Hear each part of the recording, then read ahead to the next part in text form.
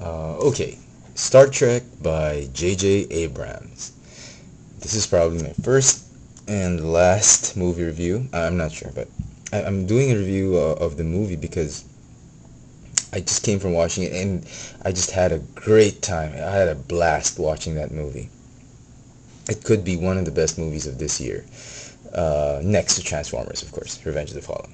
Okay, this movie might have potential spoilers for you if you haven't seen the movie and um, you don't want to hear anything about the movie right now because you don't want to be spoiled or anything.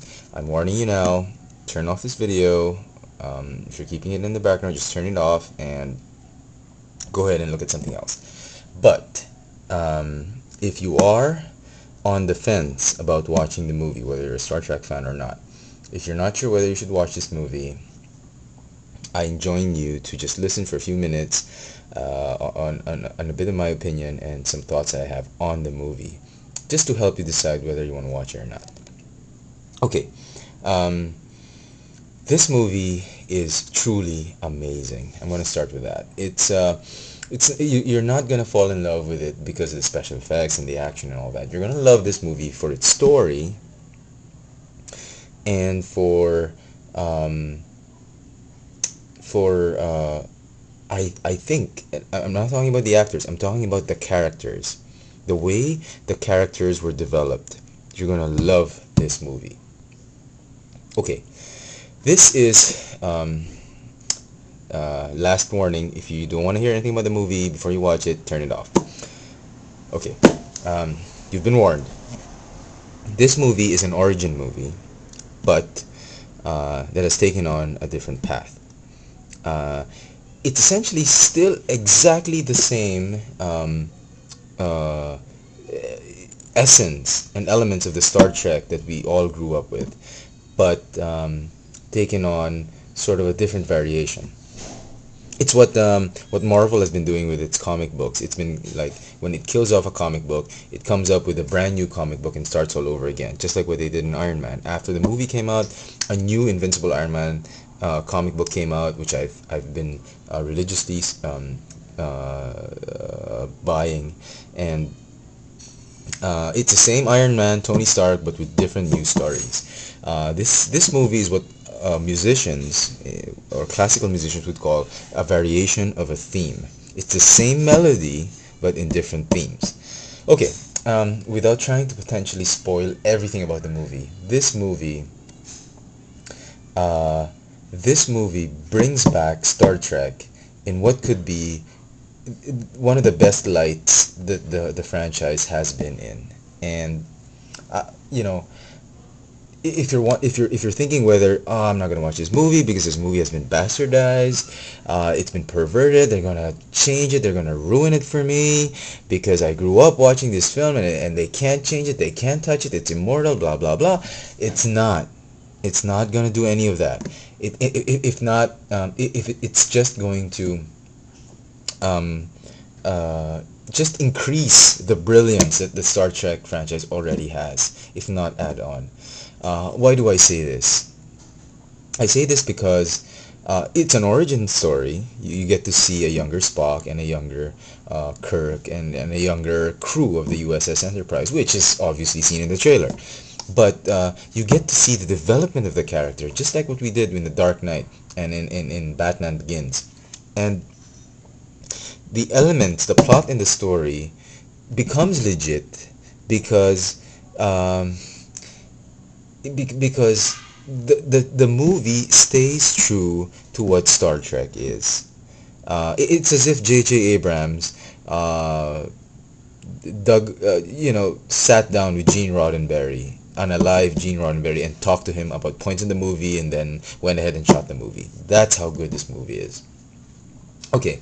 Um, what else was I going to say? Okay, actor selection was spot on for this movie. Just brilliant. I mean, everybody fit the role very well. And, you know, they're all saying that they acted like a younger version of the actor that played the character on the original Star Trek. I grew up watching Star Trek. You know, I was in grade school, and I watched Star Trek in a time where television sets were made of vacuum tubes.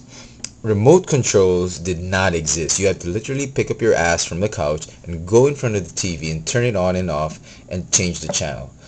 This was a time when we were listening to music. The music was being played on cassettes, and you saved data not in a USB thumb drive, but you saved it on what we call as floppy disks on a computer. It was that old. I mean, sometimes I'd like to say I envy those of you who were still in diapers while I was watching Star Trek, but I have to say that I'm glad I saw the original Star Trek shows, as well as the Next Generation, as well as Star Trek Voyager and all those spin-offs, because this movie is a great movie for everybody. But if you are a Star Trek fan, you will enjoy this movie more, even more, because you'll get all the nuances, you'll get all the jokes, the innuendos, you'll get everything about the characters that non-Trekkies won't probably get. I mean, it's like seeing an old friend and spending time with this friend over a pitcher of beer, and just getting acquainted again, how things have been. And when you see this movie, everything about each of the characters, the way the script was done, the way the characterization was done, reminds you so much of the original characters and show, and it's just refreshing to see them back again in a younger version. Now, a lot of people have said that every actor acted the way the character should have been, except Kirk. Now, I've seen somebody say that everybody was spot on except Kirk, because Chris Pine couldn't take away William Shatner from Kirk. So I'm going to be as bold to say this: everybody acted the way a younger actor playing the character would act. But Chris Pine, instead of, well, you see that in Uhura, in Zachary Quinto, he really was a young Leonard Nimoy playing Spock, in my opinion. But Chris Pine, because William Shatner is such a classic Kirk, he didn't try to act like a William Shatner Kirk. What he did was try to act out and dramatize a young Kirk. Not a young William Shatner, but a young Kirk. Compared to the other actors, I think he did a pretty good job. Okay, enough of that, because I might say a lot more spoilers. But this movie will enthrall you. The script was done by Orsi and Kurtzman. If the names are familiar, because they're the two of the three writers of Transformers and Revenge of the Fallen. It's just amazing. I mean, this movie it's a J.J. Abrams, so you know the characters are going to be tragic. He had tragic characters in Mission Impossible when he did it, tragedy in Cloverfield, but it's nice because it shows you how a character's persona was developed, and it's such amazing how each of the characters fit together and how they wound up on the Enterprise. So, without further spoilerish information anymore, I'd like to say that I give this movie such a wonderful rating. If I could give a 6 out of 5, a 7 out of 5, 10 out of 5, I would. Go ahead and see this movie. You will not be disappointed. And you can go see it with friends, you can go see it alone, but either way, you are going to have a blast. And if you're a Trekkie, I'm sort of a closet Trekkie because I like Star Wars better and Transformers, but if you're a Trekkie, you will end up laughing half the time. I guarantee it. Okay, quick note on this figure. I don't recommend the toys.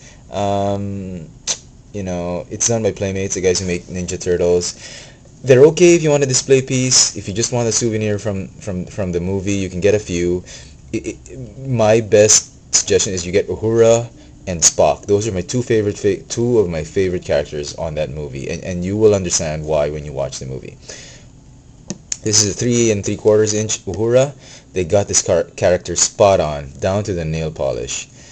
She doesn't have a phaser on the movie. Surprise, surprise. She doesn't have her earpiece. But poor articulation, but well, very good sculpt. So there you go. Star Trek by J.J. Abrams. Go and see the movie. You'll be glad you did. So thanks for watching.